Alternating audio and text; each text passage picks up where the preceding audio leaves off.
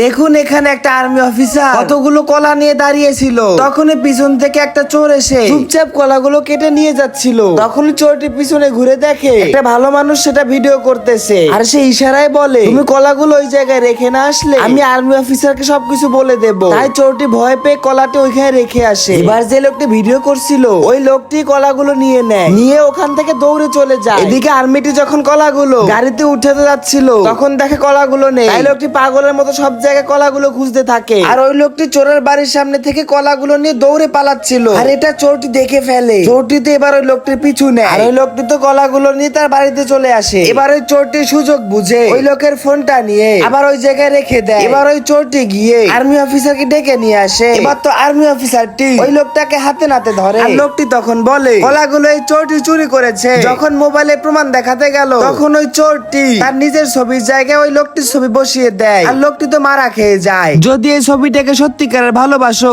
তাহলে ভিডিওটাকে লাইক দিয়ে চ্যানেলটি সাবস্ক্রাইব করে দাও।